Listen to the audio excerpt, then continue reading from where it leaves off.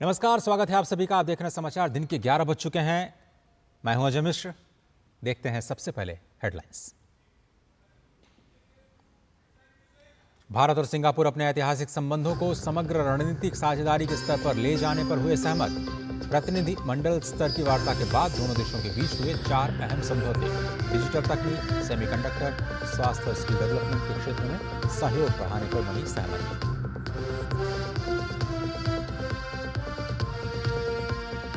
प्रधानमंत्री नरेंद्र मोदी ने सिंगापुर के प्रधानमंत्री लॉरेंस वॉन्ग के साथ की पहली द्विपक्षीय मुलाकात। पीएम मोदी ने सिंगापुर को बताया विकासशील देशों के लिए प्रेरणा। एडवांस्ड इलेक्ट्रॉनिक मैन्युफैक्चरिंग फैसिलिटीज का भी किया दौरा।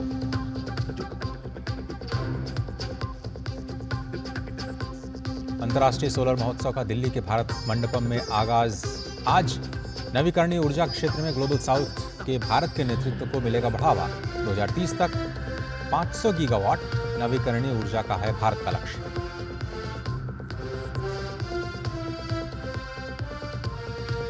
जम्मू कश्मीर में विधानसभा चुनाव के तीसरे चरण के लिए उम्मीदवार आज से दाखिल कर सकेंगे अपना नामांकन। हरियाणा के लिए भी अधिसूचना होगी जारी। दोनों राज्यों में एग्जिट पोल पर 18 सितंबर से 5 अक्टूबर तक लगी रोक।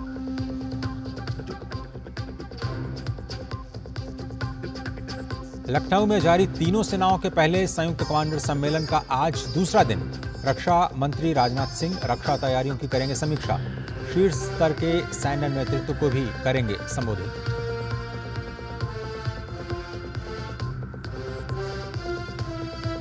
अरविंद केजरीवाल की जमानत याचिका पर सुप्रीम कोर्ट में सुनवाई जारी। दिल्ली सीएम ने जमानत देने से इनकार करने और सीबीआई की गिरफ्तारी को दी है चुनौती।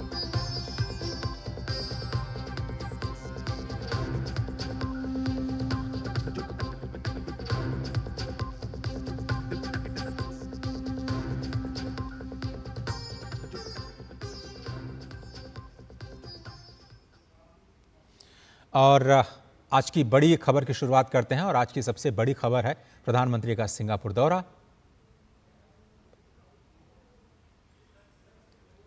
और प्रधानमंत्री आज आधिकारिक भोज के लिए इस वक्त शामिल हो रहे हैं।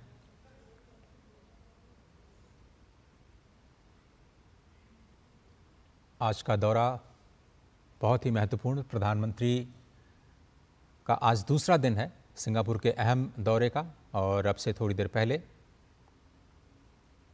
दोनों देशों के बीच प्रतिनिधि स्तर मंडल की वार्ता हुई और प्रधानमंत्री ने अपने समकक्ष के साथ पहली द्विपक्षीय वार्ता की और 4 अहम समझौतों पर हस्ताक्षर भी किए गए।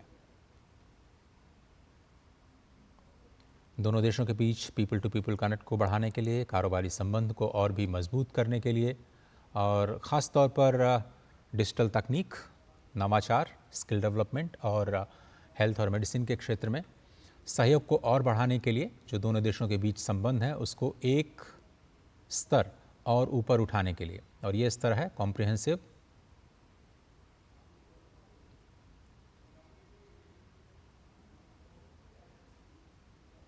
जो संबंध है दोनों देशों को उसको और भी एलिवेशन मिला है। कॉम्प्रिहेंसिव स्ट्रैटेजिक पार्टनरशिप के स्तर पर ले जाने के लिए दोनों ही देश सहमत हो गए हैं और ऐतिहासिक संबंध भारत और सिंगापुर दोनों ही देशों के बीच में और न केवल कारोबारी आर्थिक बल्कि सांस्कृतिक तौर पर भी ये दोनों ही देश काफ़ी करीब।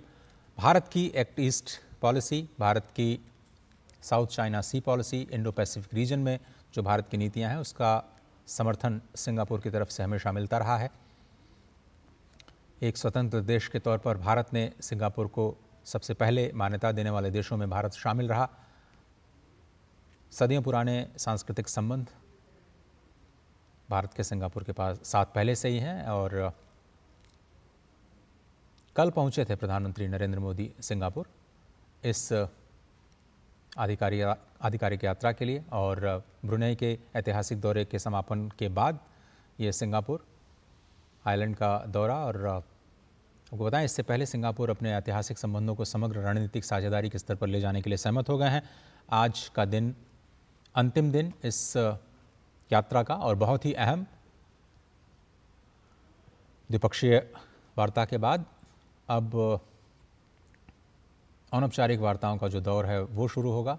साथ ही साथ इस लंच ऑन मीटिंग के बाद में प्रधानमंत्री नरेंद्र मोदी सिंगापुर के कारोबारियों के साथ भी मुलाकात करेंगे और भारत और सिंगापुर के बीच जो आर्थिक संबंध हैं, कारोबारी संबंध हैं, उनको और मजबूत करने के अपने विज़न को साझा करेंगे। सिंगापुर भारत के लिए अत्यंत महत्वपूर्ण देश, क्योंकि पूरे आसियान रीजन में अगर हम ईस्ट एशिया को देखें और भारत को देखें तो पूरी ग्लोबल इकॉनमी का करीब 15% योगदान करता है। इस वक्त जो भारत का योगदान है वर्ल्ड जीडीपी में, वो भी लगातार बढ़ रहा है और ये सभी देश जितनी इमर्जिंग इकॉनमीज़ हैं वो समझ रही हैं। ऐसे में इस क्षेत्र में सिंगापुर को भारत जैसे इमर्जिंग इकॉनमीज़ की ज़रूरत है, जहाँ पर सिंगापुर के टैलेंट, सिंगापुर की टेक्नोलॉजी का इस्तेमाल किया जा सके, वहाँ के जो इनोवेशन की बेस्ट प्रैक्टिसेस हैं उनको कैसे विस्तार दिया जा सके, क्योंकि सिंगापुर को भी अगर विकास करना है तो भारत जैसी विकासशील उभरती हुई अर्थव्यवस्थाओं के साथ मिलकर के चलना उनके अपने हित में है। और विशाल भारतीय समुदाय जो इस वक्त भी सिंगापुर के अपने ग्रोथ में लगातार योगदान दे रहा है। 9,000 से ज़्यादा भारत की कंपनियां सिंगापुर में रजिस्टर्ड हैं, पंजीकृत हैं और लाखों की संख्या में भारतीय समुदाय वहाँ के वाइब्रेंट इनोवेटिव सिस्टम को सपोर्ट करते हैं और एक साथ मिल करके इस देश को आगे बढ़ाने का कार्य करते हैं। इसलिए ये दोनों ही देश अपनी साझा विरासतों को आगे बढ़ाने पर सहमत हुए हैं। और आज का दिन बहुत ही ऐतिहासिक इसलिए है क्योंकि एक नई उड़ान के लिए ये दोनों देश सहमत हुए हैं, जब कॉम्प्रिहेंसिव स्ट्रैटेजिक पार्टनरशिप के स्तर पर अब दोनों देश के संबंध आ चुके हैं। इससे पहले आपको याद होगा कि जो India Singapore ministerial round table की शुरुआत की गई थी 2022 में, वो भी एक अत्यंत महत्वपूर्ण कदम कहा जा सकता है, क्योंकि भारत के साथ कोई किसी दूसरे अन्य देश की इस तरह से मिनिस्ट्रियल राउंड टेबल का जो आर्किटेक्चर है वो डेवलप नहीं किया गया है। 2 मीटिंग्स हो चुकी हैं, 4 क्षेत्रों पर पहले से ही, 4 पिलर्स पर पहले से ही सहमति बनी थी और अभी जो 2024 में कुछ दिनों पहले मिनिस्ट्रियल राउंड अप हुआ, उसमें 2 अत्यंत महत्वपूर्ण क्षेत्रों को शामिल करने पर सहमति बनी, जिसमें एडवांस मैन्युफैक्चर और कनेक्टिविटी शामिल, और ये लंच इन मीटिंग के कुछ शॉट्स। और इससे पहले भारत और सिंगापुर अपने ऐतिहासिक संबंधों को समग्र रणनीतिक साझेदारी के स्तर पर ले जाने पर सहमत हो गए हैं। दोनों देशों के बीच 4 समझौता ज्ञापन पर हस्ताक्षर भी हुए। भारत की ओर से विदेश मंत्री डॉक्टर एस जयशंकर और उनके समकक्ष विवियन बालाकृष्णन ने ज्ञापन का आदान प्रदान किया। दोनों देशों के बीच डिजिटल और इलेक्ट्रॉनिक और इंफॉर्मेशन, शिक्षा और कौशल विकास, उद्यमिता, स्वास्थ्य, व्यापार और इलेक्ट्रॉनिक्स के बीच सहयोग पर सहमति बनी है। Health and medicine, education, skill development, digital technologies और सेमीकंडक्टर, ये 4 नए क्षेत्र। इससे पहले प्रधानमंत्री नरेंद्र मोदी ने अपने सिंगापुर के समकक्ष लॉरेंस वॉन्ग के साथ द्विपक्षीय मुलाकात की। संसद भवन में प्रधानमंत्री मोदी का औपचारिक स्वागत किया गया। दोनों नेताओं ने एक दूसरे के प्रतिनिधिमंडल के स्तर पर भी मुलाकात की और वार्ता की। प्रधानमंत्री मोदी की सिंगापुर की ये 5वीं आधिकारिक यात्रा है और प्रधानमंत्री लॉरेंस वॉन्ग ने सिंगापुर में प्रधानमंत्री पद ग्रहण करने के बाद प्रधानमंत्री मोदी को सिंगापुर आने का न्योता दिया, जिसे पीएम मोदी ने सहर्ष स्वीकार किया। और आज ये औपचारिक मुलाकात पहली बार नवनिर्वाचित जो प्रधानमंत्री हैं सिंगापुर के, उनके साथ प्रधानमंत्री का मिलना और उसके बाद प्रतिनिधिमंडल स्तर की वार्ता और फिर 4 समझौतों पर हस्ताक्षर। खुले दिल से सिंगापुर ने स्वागत किया भारत के प्रतिनिधिमंडल का और जो प्राथमिकताएं हैं भारत की विकसित भारत को लेकर के, उसमें स्पष्ट तौर पर जो सेमीकंडक्टर और स्किल डेवलपमेंट है, उसमें जो संबंध है ऐतिहासिक स्तर पर चले ही आ रहे हैं। और दोनों देशों के बीच देखें तो 20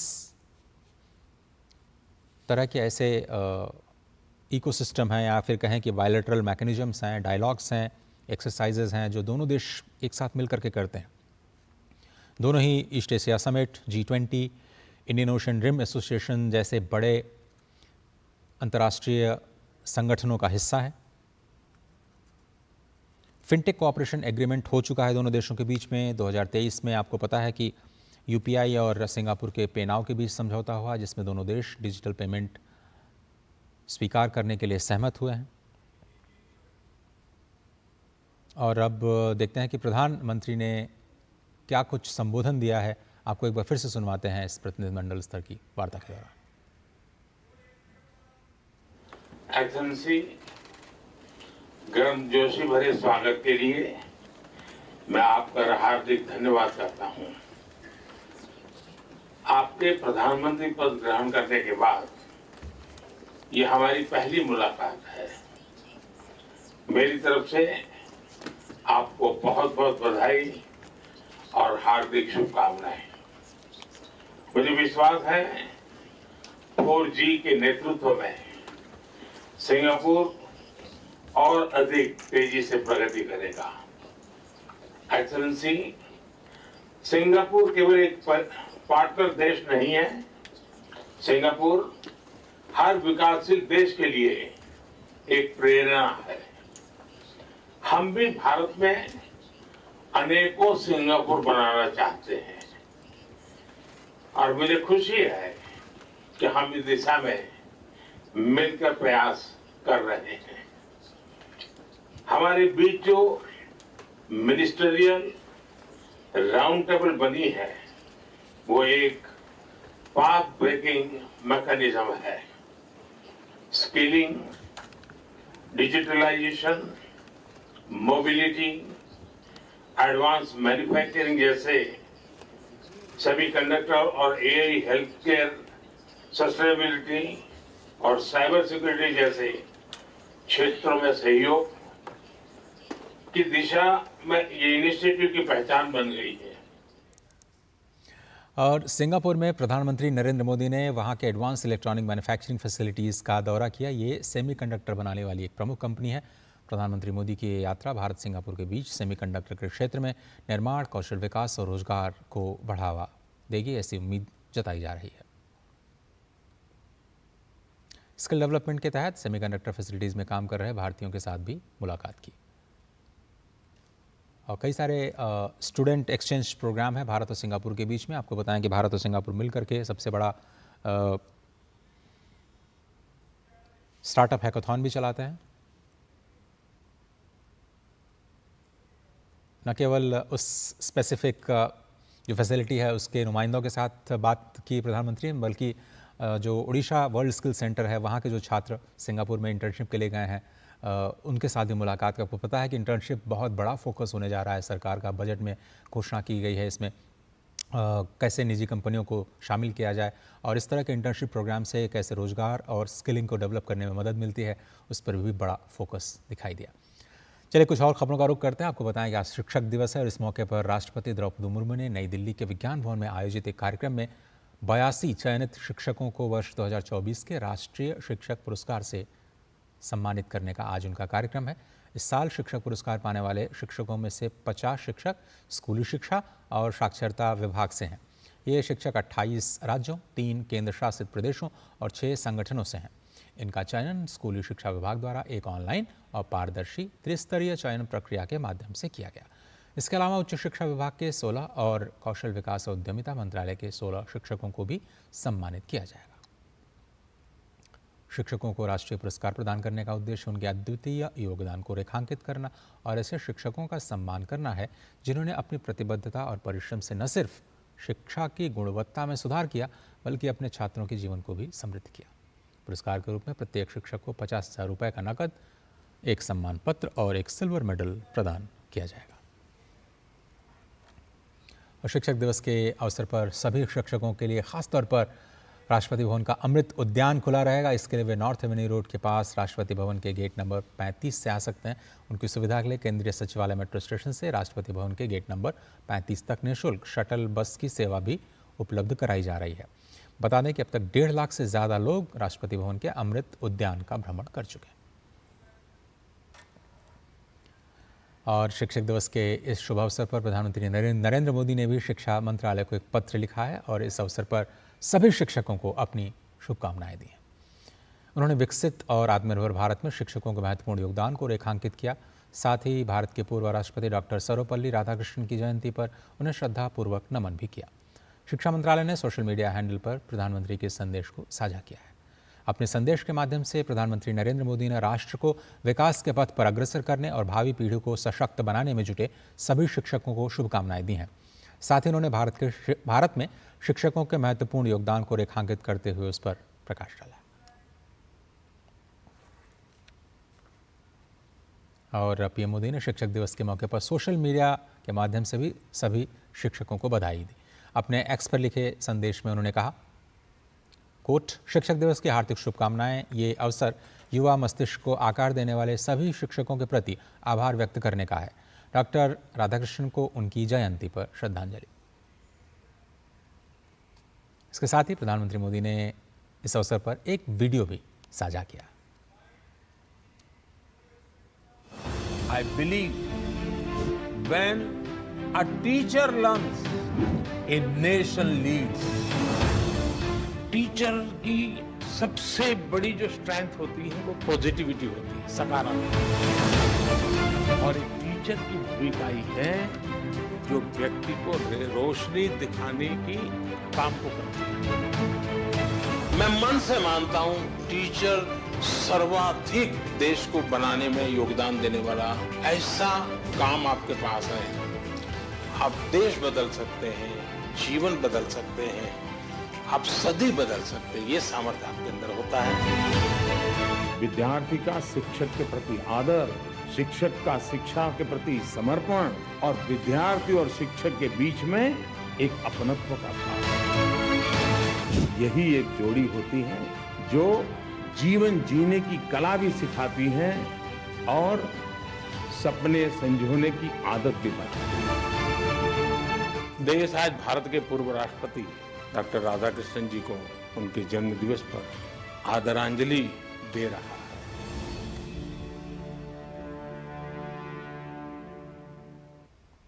और भारत के पहले उपराष्ट्रपति डॉक्टर सर्वपल्ली राधाकृष्णन की जयंती को भारत के शिक्षक दिवस के रूप में मनाया जाता है।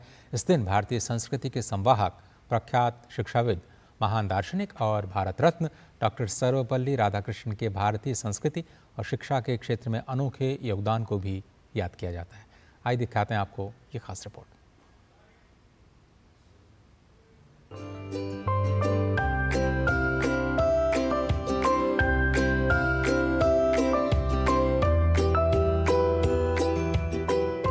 हर साल 5 सितंबर को भारत के पहले उपराष्ट्रपति और दूसरे राष्ट्रपति, महान शिक्षाविद और दार्शनिक डॉक्टर सर्वपल्ली राधाकृष्णन का जन्मदिन शिक्षक दिवस के तौर पर मनाया जाता है। उनकी इस इच्छा का सम्मान करते हुए देश में 1962 से हर साल 5 सितंबर को उनके जन्मदिन को शिक्षक दिवस के रूप में मनाया जाता है। भारत की शिक्षक परंपरा का एक प्रतीक पुरुष के रूप में हम सर्वपल्ली राधाकृष्णन को देखते हैं। राधाकृष्णन जैसे विराट व्यक्तित्व को याद करने का आशय है भारत की परंपरा के गुरु को याद करना और गुरु की भूमिका विस्तार को समझना। डॉक्टर सर्वपल्ली राधाकृष्णन का जन्म 5 सितंबर 1888 में तमिलनाडु के तिरुतनी गांव में हुआ था। बचपन से ही मेधावी डॉक्टर राधाकृष्णन ने दर्शन शास्त्र में एमए किया और 1916 में मद्रास रेजिडेंसी कॉलेज में दर्शन शास्त्र के सहायक प्राध्यापक नियुक्त हुए। डॉक्टर राधाकृष्णन ने अपने लेखों और भाषणों के माध्यम से विश्व को भारतीय दर्शन शास्त्र से परिचित कराया। अपने जीवन के 40 साल शिक्षक के तौर पर बिताने वाले डॉक्टर राधाकृष्णन भारतीय दर्शन शास्त्र परिषद के अध्यक्ष भी रहे। देश और दुनिया के अनेक विश्वविद्यालयों ने उन्हें अपनी मानद उपाधियों से सम्मानित किया। शिक्षा के क्षेत्र में उनके अभूतपूर्व योगदान के लिए 1931 में ब्रिटिश सरकार ने उन्हें नाइट के सम्मान से भी नवाजा। स्वतंत्रता प्राप्ति के बाद डॉक्टर राधाकृष्णन संविधान निर्माण सभा के सदस्य बने। 1949 से 1952 तक वे तत्कालीन सोवियत संघ में भारत के राजदूत रहे। साल 1952 में वो देश के पहले उपराष्ट्रपति बने। और 1962 में उन्हें देश का दूसरा राष्ट्रपति चुना गया। शिक्षा और राजनीति के क्षेत्र में उत्कृष्ट योगदान के लिए उन्हें 1954 में भारत के सर्वोच्च सम्मान भारत रत्न से सम्मानित किया गया।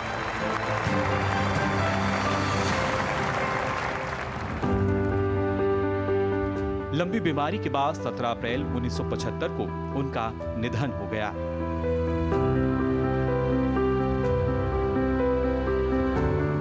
नमन करते हैं सर्वपल्ली राधाकृष्णन जी, क्योंकि उनकी स्मृति में उन्होंने जो शिक्षा में मूल्य दिए, उन्होंने जो शिक्षा में काम किया और एक बहुत साधारण परिवार से उठ के वो राष्ट्रपति तक पहुँचे। तो एक शिक्षक जो है वो किस तरह से एक प्रेरणा बने विद्यार्थियों को, उसको हम नमन करते हैं। पूरे विश्व को ही एक स्कूल मानने वाले महान शिक्षाविद और दार्शनिक डॉक्टर राधाकृष्णन ने देश विदेश में भारतीय संस्कृति का प्रचार प्रसार किया और जीवन भर शिक्षा के विकास के लिए काम करते रहे।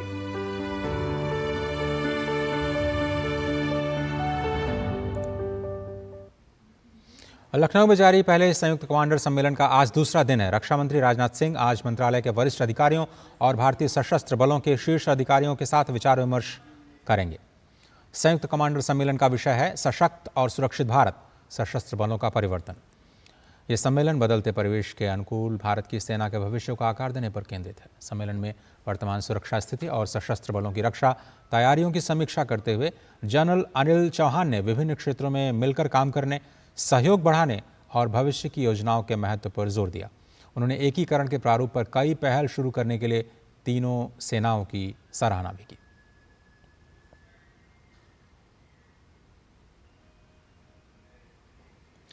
और अरविंद केजरीवाल की जमानत याचिका पर सुप्रीम कोर्ट में सुनवाई जारी है। अभिषेक मनु सिंघवी केजरीवाल की तरफ से इस वक्त बहस कर रहे हैं। सिंघवी ने कहा कि सीबीआई ने एफआईआर दर्ज होने के 2 साल बाद गिरफ्तारी की। पीएमएलए के तहत जमानत की दोहरी शर्तों का प्रावधान है और इन सख्त शर्तों के बावजूद मनी लॉन्ड्रिंग केस में भी 2 आदेश उन्होंने दलील दी कि उनके पक्ष में है।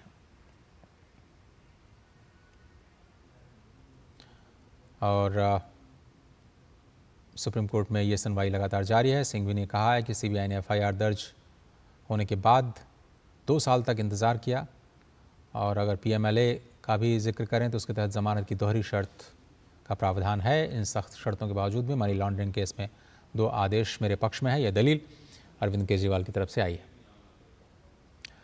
और लैंड फॉर जॉब घोटाला मामले में आज दिल्ली के राउज एवेन्यू कोर्ट में सुनवाई होनी है। इससे पहले 20 अगस्त को कोर्ट ने घोटाले से जुड़े सीबीआई के मामले में सुनवाई को टाल दिया था।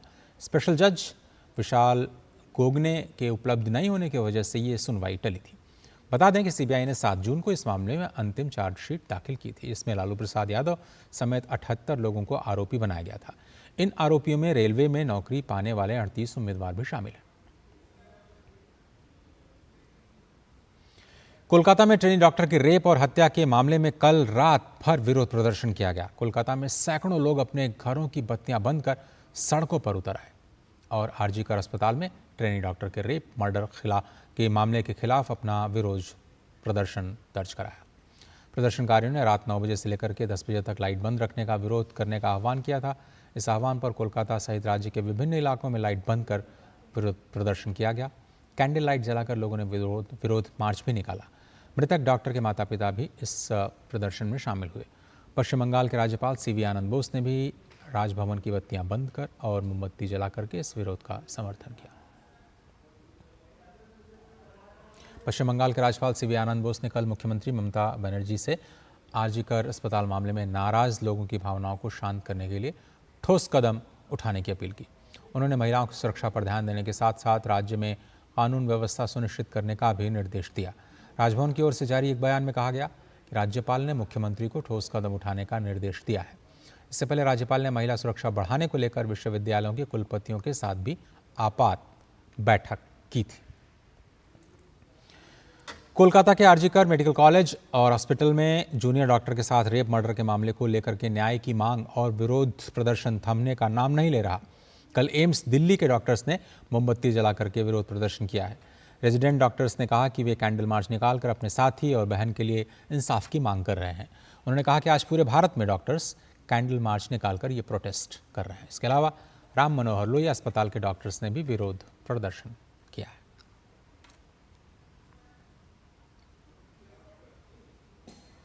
केंद्रीय कृषि मंत्री शिवराज सिंह चौहान आज आंध्र प्रदेश और तेलंगाना के बाढ़ प्रभावित क्षेत्रों का दौरा करेंगे। प्रधानमंत्री मोदी के निर्देश पर कृषि मंत्री आज और कल दोनों राज्यों के दौरे पर हैं। इस दौरान वे आंध्र प्रदेश के विजयवाड़ा सहित अन्य बाढ़ प्रभावित क्षेत्रों में जनता और किसानों के साथ चर्चा करेंगे। साथ ही वे बाढ़ प्रभावित क्षेत्रों में हुई क्षति के आकलन के लिए विजयवाड़ा में अधिकारियों के साथ बैठक करेंगे और इसके बाद वे कल तेलंगाना के बाढ़ प्रभावित खम्मम जिले सहित अन्य क्षेत्रों का दौरा कर वहां के जनता के साथ चर्चा करेंगे। कृषि मंत्री फसल क्षति के आकलन के लिए किसान भाइयों बहनों के साथ भी बातचीत करेंगे। बाढ़ प्रभावित क्षेत्रों के दौरे पर केंद्रीय कृषि मंत्रालय के अधिकारियों की टीम कृषि मंत्री के साथ मौजूद रहेगी। और अब बात करते हैं जम्मू कश्मीर और हरियाणा में होने वाले विधानसभा चुनाव से जुड़ी कुछ खबरों की।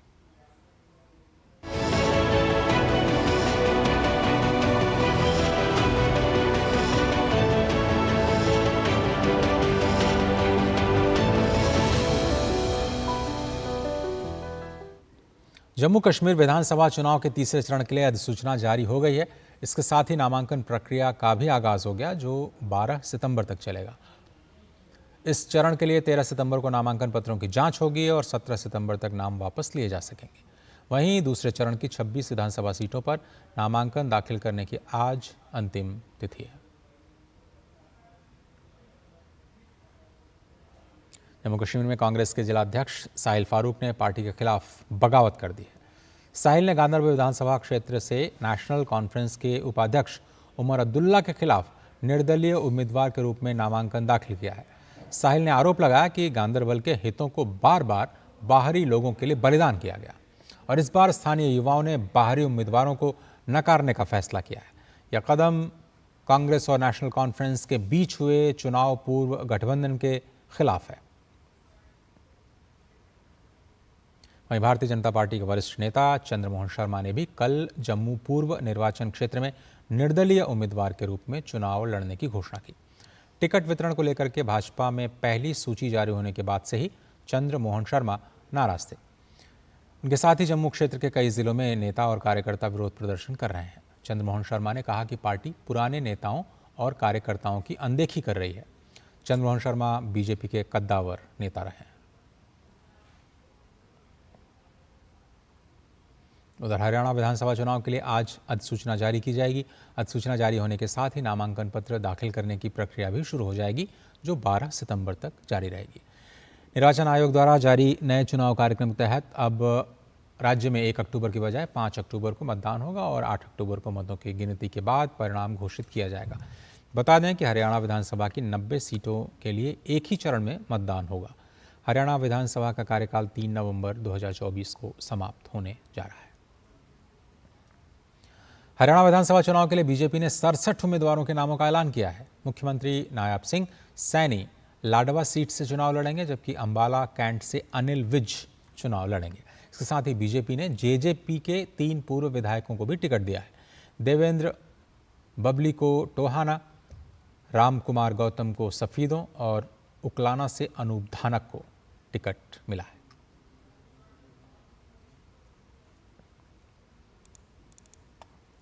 केंद्रीय चुनाव आयोग ने हरियाणा और जम्मू कश्मीर में विधानसभा चुनाव के दौरान किसी भी मीडिया प्रतिष्ठान की ओर से एग्जिट पोल आयोजन करने पर रोक लगा दी है।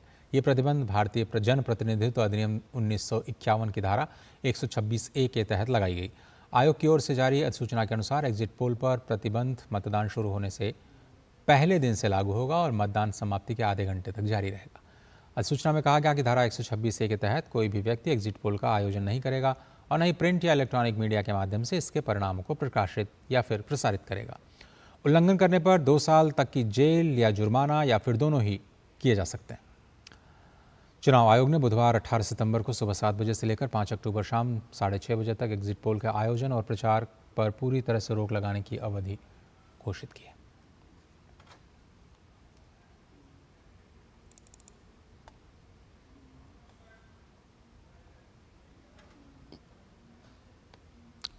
वक्फ संशोधन विधेयक पर जेपीसी की आज और कल तीसरी बार बैठक होनी है। समिति की पहली बैठक 22 अगस्त को हुई थी, दूसरी बैठक 30 अगस्त को नई दिल्ली में हुई थी। बैठक के बाद समिति ने जनता से विचार और सुझाव मांगे थे। इसके लिए 15 दिनों का समय दिया गया था। 30 अगस्त को हुई जेपीसी की दूसरी बैठक में जमकर हंगामा हुआ। विपक्षी सदस्यों ने कुछ देर के लिए बैठक से वॉकआउट भी किया। समिति ने करीब 8 घंटे तक चली इस बैठक में ऑल इंडिया सुन्नी जमियतुल उलेमा और Indian Muslims for civil rights, Rajasthan Muslim Waqf, Delhi और यूपी सुन्नी वक्फ बोर्ड के विचारों को सुना।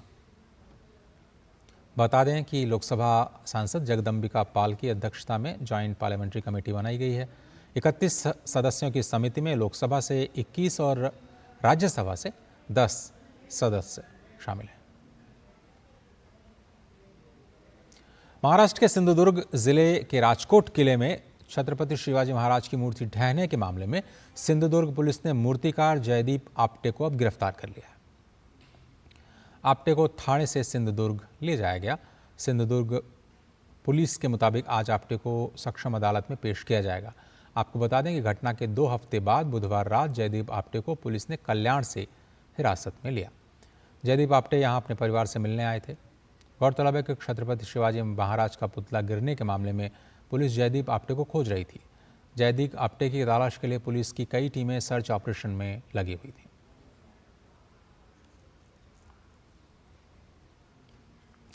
पंजाब टेंडर घोटाला मामले में ईडी ने अब एक बड़ी कार्रवाई की है। ईडी ने पूर्व मंत्री भारत भूषण आशु के बेहद करीबी राजदीप सिंह नागरा को पूछताछ के बाद गिरफ्तार कर लिया। आपको बता दें कि ईडी भारत भूषण आशु पर लगे 2000 करोड़ रुपए के टेंडर में घोटाले के आरोपों की जांच कर रही है। यह गिरफ्तारी भी इसी सिलसिले में हुई है। भारत भूषण आशु साल 2017 से साल 2022 तक पंजाब में कांग्रेस की सरकार में खाद्य और नागरिक आपूर्ति मंत्री रह चुके हैं।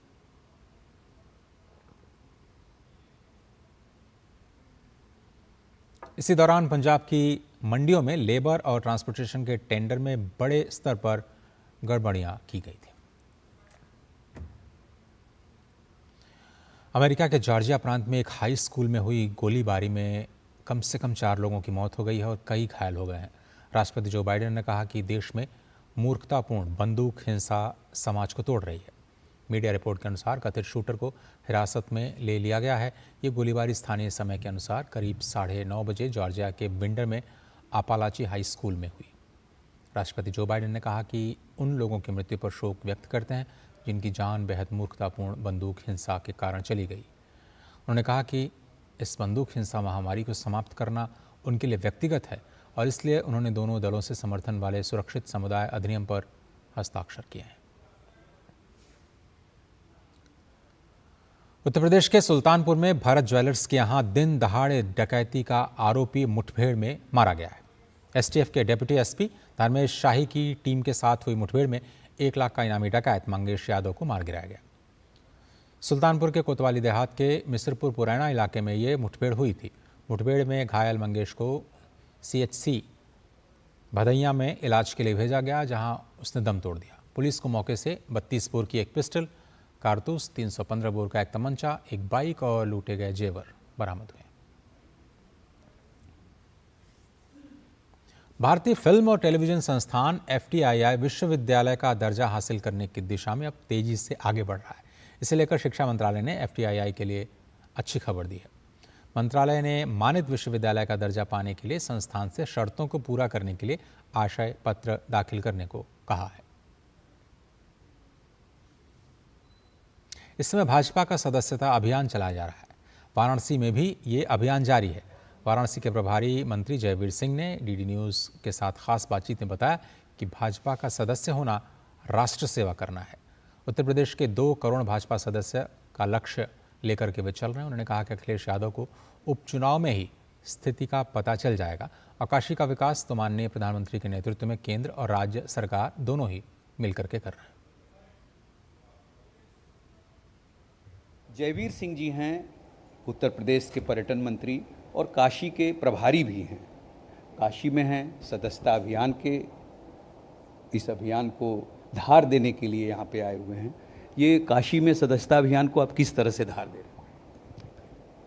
देखिए, पहले तो पूरा देश जानता है, आप भी वाकिफ होंगे कि भारतीय जनता पार्टी सिर्फ सत्ता के लिए राजनीति नहीं करती। ऐसा संगठन जो समाज की सेवा के लिए, लोगों के सुख दुख के लिए, लोगों के दुख दर्द में और समर्पित भाव से राष्ट्र और राष्ट्रीयता को भावना से प्रेरित होकर के विश्व में पुनः विश्व गुरु बनाने के लिए, भारत को विकासशील भारत से विकसित भारत बनाने के संकल्प के लिए समर्पित भाव से संगठन का एक एक कार्यकर्ता अपनी कुर्बानी देने का, योगदान देने का, मेहनत देने का, श्रम देने का प्रयास करता है। आज हमें फक्र और गौरवान्वित होने का क्षण है कि दुनिया की सबसे बड़ी पार्टी के रूप में भारतीय जनता पार्टी बनी है। हम उत्तर प्रदेश के टारगेट को अवसर बढ़ा के 2 करोड़ कर लिए हैं।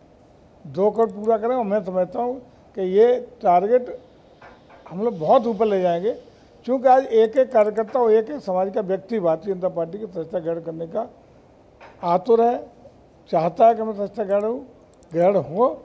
इसलिए हमारा एक एक कार्यकर्ता दरवाजे पहुँच कर उनको ग्रहण कराने का काम करेगा। अखिलेश जी को अपना 12 से 17 का कार्यकाल याद करना चाहिए, जिस कार्यकाल में उत्तर प्रदेश दंगाइयों का प्रदेश बना, गुंडई की पराकाष्ठा हुई, जंगल राज हुआ, जमीनों पर कब्जे, चौथ वसूली की पहचान बनी, महिलाओं पर अत्याचार की पराकाष्ठा हुई, बल्कि यहाँ तक बच्चे भेजने में भी लोगों को डर लगता था। इस समय अति उत्साह या ओवर कॉन्फिडेंस में है कि 2024 के लोकसभा के चुनाव में इन लोगों ने पब्लिक को, आम मतदाता को, जो गांव का गरीब है, गांव का बिना पढ़ा लिखा है या हमारा कमज़ोर तबके के व्यक्ति को, ये एक बेवकूफ़ बनाने में सफल हुए।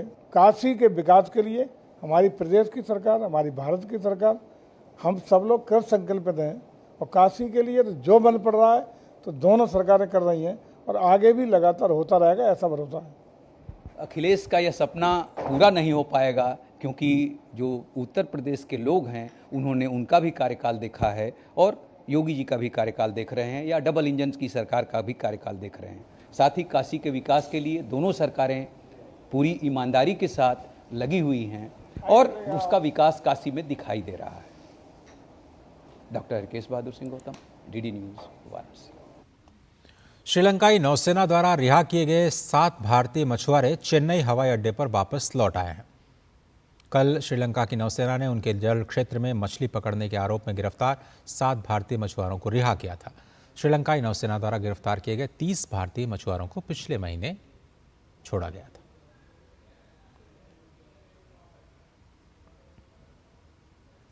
यूक्रेन के पश्चिमी शहर लवीव में रूस के ड्रोन और मिसाइल हमले में कम से कम 7 लोगों की मौत हो गई है और 60 से ज़्यादा लोग घायल हुए हैं।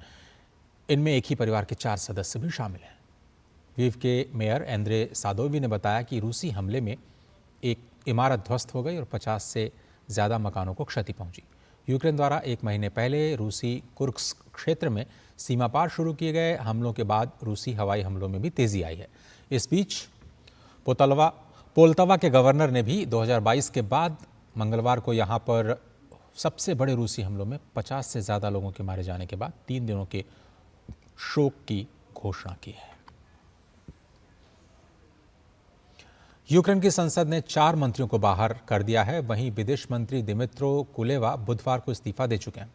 सांसदों ने कल यूरोपीय और यूरो अटलांटिक एकीकरण के लिए उप प्रधानमंत्री ओल्हा स्टेफनिशिया, सामरिक उद्योग मंत्री अलेक्जेंडर कामिशिन, न्याय मंत्री डेनिस माल्युस्का और पर्यावरण संरक्षण और प्राकृतिक संसाधन मंत्री रुस्लान स्ट्रेलेट्स को बर्खास्त करने के लिए मतदान किया।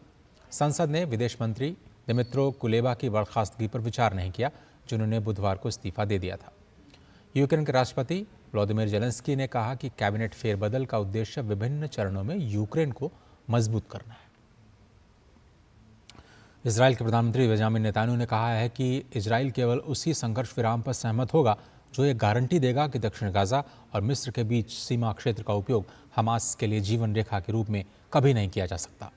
यरूशलेम में एक प्रेस वार्ता के दौरान उन्होंने कहा कि जब तक ऐसा नहीं होता है तब तक इजराइल गाजा में मौजूद रहेगा।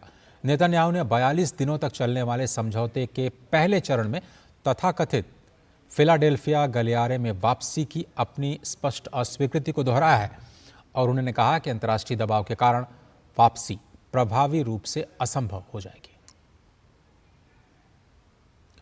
ब्राज़ील की राजधानी ब्राज़ीलिया के बाहर जंगलों में लगी आग से 20% जंगल खाक हो चुके हैं। पिछले 2 दिनों से लगी आग की वजह से राजधानी पर काले धुएं का गुबार देखा गया। स्थानीय अधिकारियों के अनुसार ये आगजनी की घटना लगती है। ब्राज़ीलिया का राष्ट्रीय वन एक संरक्षित क्षेत्र है जो 5,600 हेक्टेयर से अधिक वन भूमि में फैला हुआ है, जो शहर की 70% मीठे पानी की आपूर्ति करने वाले झरनों की भी सुरक्षा करता है। आग को बुझाने के लिए अग्निशमन कर्मी लगातार जुटे हुए हैं और कुछ हद तक इस पर काबू पाने में सफलता भी मिली। गाजा के मध्य क्षेत्र में पोलियो टीकाकरण के पहले चरण में 1,87,000 बच्चों का टीकाकरण किया जा चुका है। सोशल मीडिया पोस्ट में विश्व स्वास्थ्य संगठन के महानिदेशक टेड्रोस अधनॉम गेब्रेयेसस ने कहा कि स्वास्थ्य कर्मियों ने 1 सितंबर से 1,87,000 बच्चों का टीकाकरण किया है। मानवीय कार्य समन्वय के लिए संयुक्त राष्ट्र कार्यालय ने बताया कि यह अभियान अब आज से 3 दिनों के लिए गाजा के दक्षिणी क्षेत्र में शुरू हो गया है। इसके बाद गाजा के उत्तरी क्षेत्र में टीकाकरण अभियान जारी किया जाएगा। इस महत्वाकांक्षी अभियान में 6,40,000 से ज़्यादा बच्चों को टीके की 2 खुराक पिलाने का लक्ष्य रखा गया है। पिछले महीने विश्व स्वास्थ्य संगठन ने पुष्टि की थी कि एक बच्चा आंशिक रूप से टाइप 2 पोलियो वायरस का शिकार हुआ है।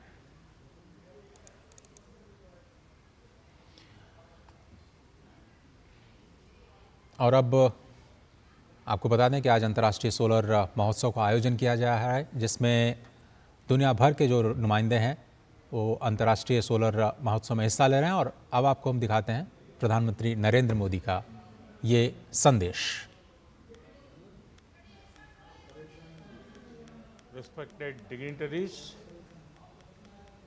distinguished guests, and my dear friends, my warm greetings to all of you.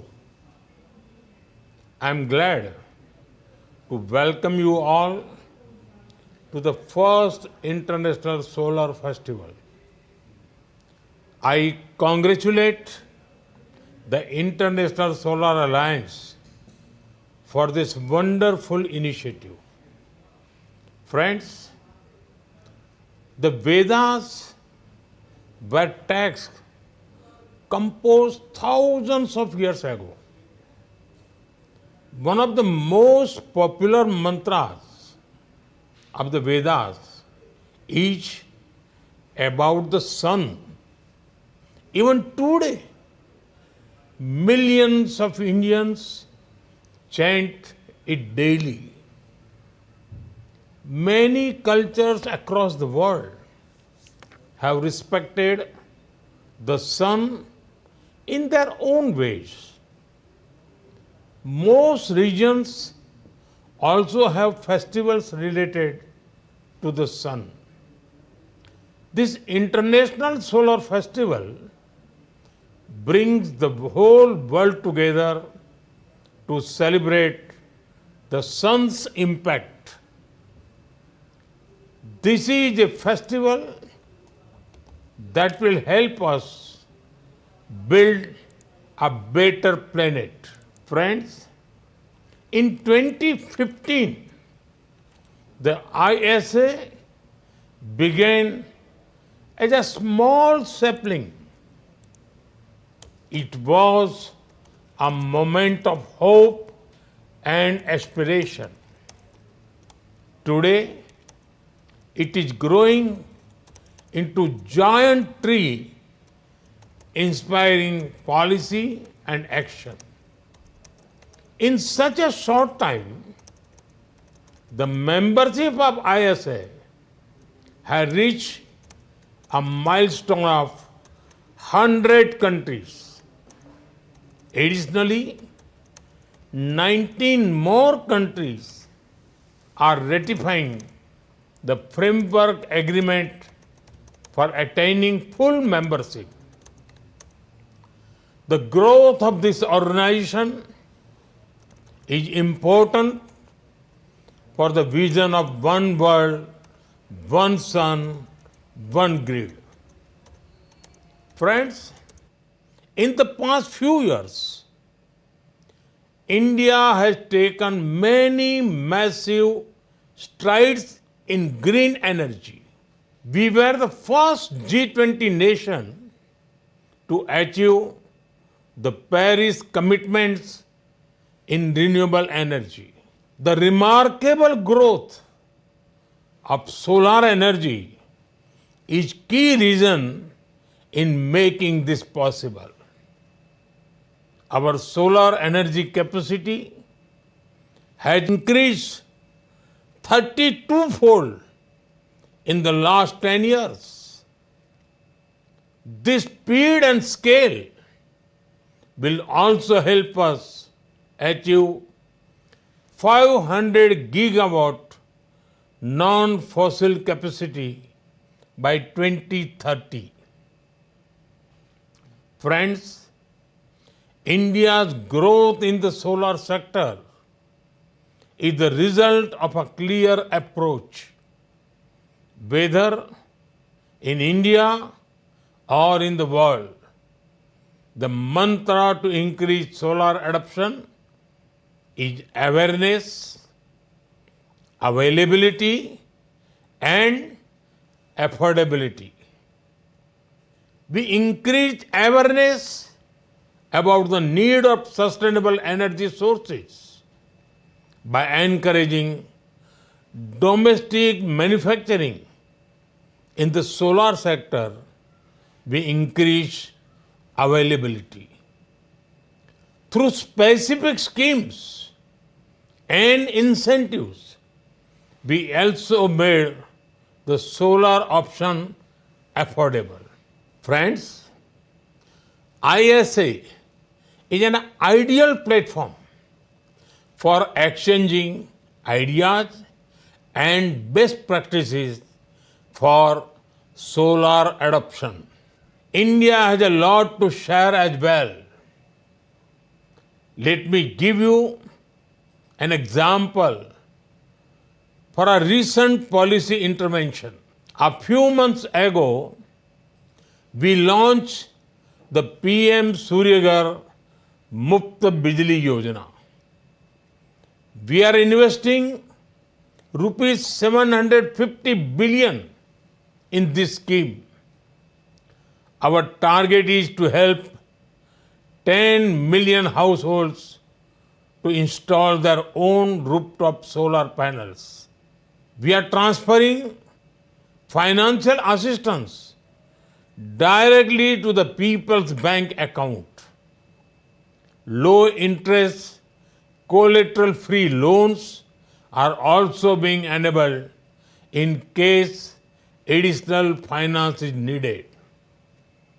Now, these households are generating clean electricity for their needs. Moreover, they will also be able to sell excess power to the grid and earn money. Due to the incentives and potential earnings, this scheme is becoming popular. Solar energy is being seen as an affordable and attractive option. I am sure many nations have similar valuable insights derived from their work on energy transition. Friends, in a short time, the ISA has made a lot of progress. In 44 countries, it has assisted in developing nearly 10 gigawatt of electricity. The alliance has also played a role in bringing down the global prices of solar pumps. Private sector investment is being enabled, especially in African member countries. A number of promising solar startups from Africa, Asia Pacific, and India are being encouraged.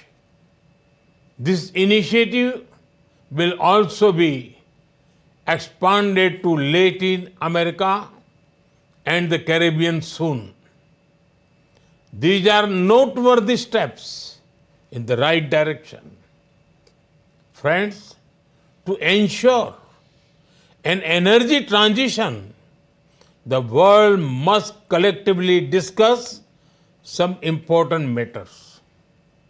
The imbalance in concentration of green energy investments need to be addressed.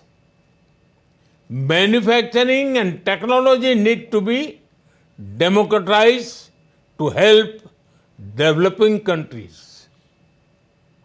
Empowering least developed countries and small island developing states should be a top priority. Inclusion of marginalized communities, women and youth is crucial. I am confident that the International Solar Festival will enable discussions in such matters. Friends, India is committed to work with the world for a green future. During the G20 last year, we led the creation of the Global Biofuels Alliance.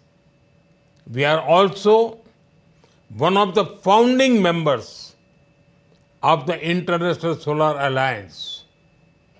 Every effort to build an inclusive, clean and green planet will have India's support. Once again, I welcome you all to the International Solar Festival. May the sun's energy guide the world towards a sustainable future. Thank you very much. अंतर्राष्ट्रीय सौर महोत्सव के अवसर पर प्रधानमंत्री अपना संदेश दे रहे उन्होंने कहा कि भारत प्रतिबद्ध है दुनिया के साथ हरित भविष्य को लेकर के जो ग्रीन फ्यूचर है उसको सुनिश्चित करने के लिए भारत ने अपनी प्रतिबद्धता जताई है। और बड़ी बात उन्होंने कही कि देश ने भारत ने पिछले 10 सालों में अगर सौर ऊर्जा की बात करें तो क्षमता में 32 गुना की बढ़ोतरी की है। और G20 के देशों में भारत ही एक ऐसा देश शामिल हुआ है सक्षम हुआ है जिसने कि पेरिस समझौते के तहत जो उत्सर्जन को कम करना था उसके लक्ष्य को प्राप्त किया है। 500 गीगावाट का भारत की क्षमता नॉन फॉसिल फ्यूल के जरिए उत्पादन की है 2030 तक और उसके लिए भारत ने प्रतिबद्धता जताई है। PM सूर्य घर योजना का भी उन्होंने जिक्र किया जिसमें 1 करोड़ घरों को रूफटॉप सोलर की सुविधा देने के लिए भारत सरकार ने अपनी कमर कसी है और 750 अरब रुपए का निवेश किया जा रहा है। क्लीन एनर्जी इसके ज़रिए बनाया भी जाएगा और ग्रिड में इसे बेचा भी जाएगा। इंटरनेशनल सोलर अलायंस इसकी शुरुआत भारत ने की थी फ्रांस के साथ मिलकर के, उसका भी उन्होंने जिक्र किया।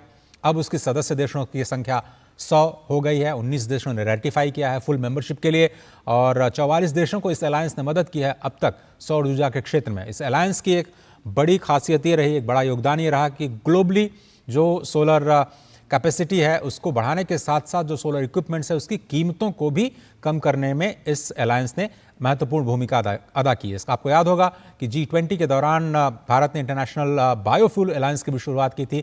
तो सोलर अलायंस के साथ साथ बायोफ्यूल को बढ़ावा देना वो भी भारत के हरित भविष्य के लक्ष्य का एक अत्यंत महत्वपूर्ण हिस्सा है।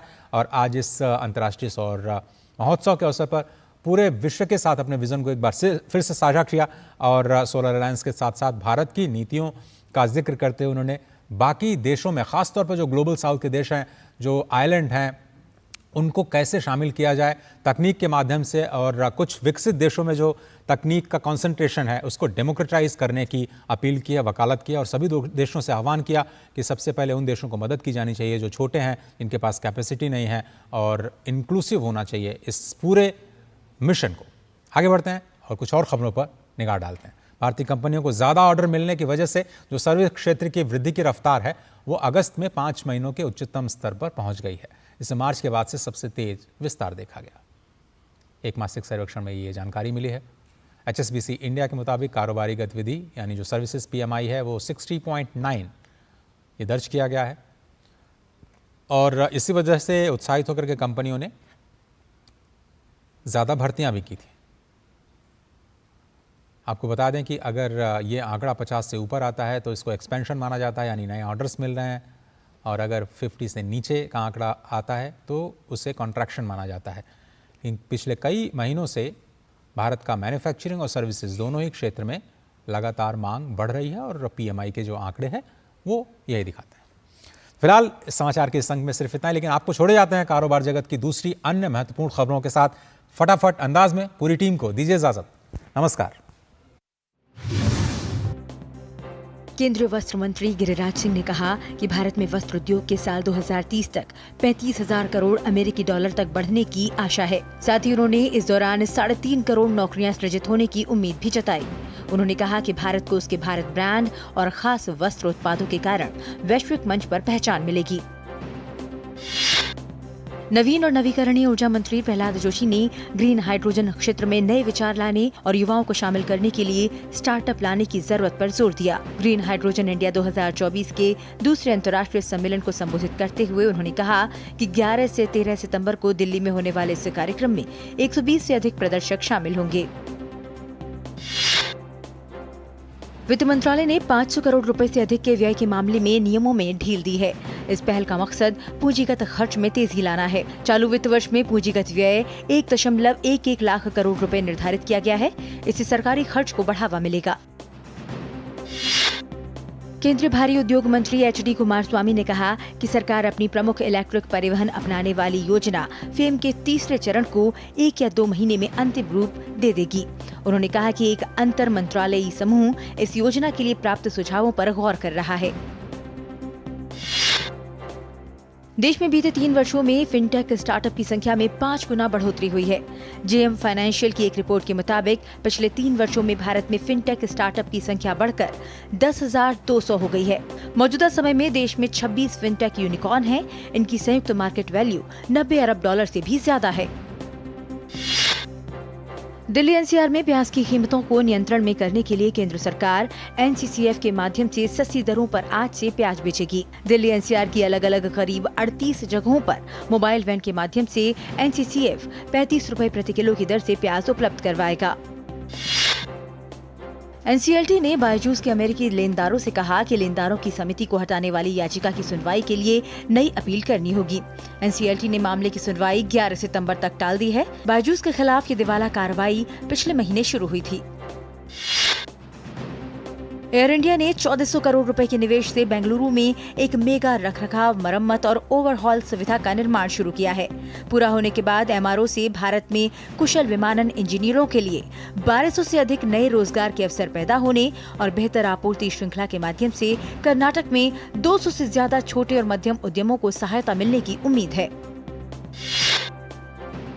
ऑटोमोटिव कंपोनेंट्स बनाने वाली दिग्गज कंपनी मिंडा कॉर्पोरेशन लिमिटेड ने इलेक्ट्रिक व्हीकल मार्केट के लिए पावर डिस्ट्रीब्यूशन सिस्टम सॉल्यूशंस की पेशकश के लिए चीन की सेंको कनेक्टिंग टेक्नोलॉजी के साथ टेक्नोलॉजी लाइसेंसिंग समझौते पर हस्ताक्षर किए हैं। रिलायंस इंडस्ट्रीज ने इलेक्ट्रिक वाहन बैटरी उत्पादन के लिए प्रोत्साहन कार्यक्रम के तहत एक बोली जीत ली है। इस साल की शुरुआत में 7 कंपनियों ने एडवांस केमिस्ट्री सेल्स के उत्पादन के लिए देश में मैन्युफैक्चरिंग यूनिट्स स्थापित करने की योजना बनाई। इसके लिए उन्होंने सरकार की प्रोडक्शन लिंक्ड इंसेंटिव योजना के तहत बोली लगाई थी।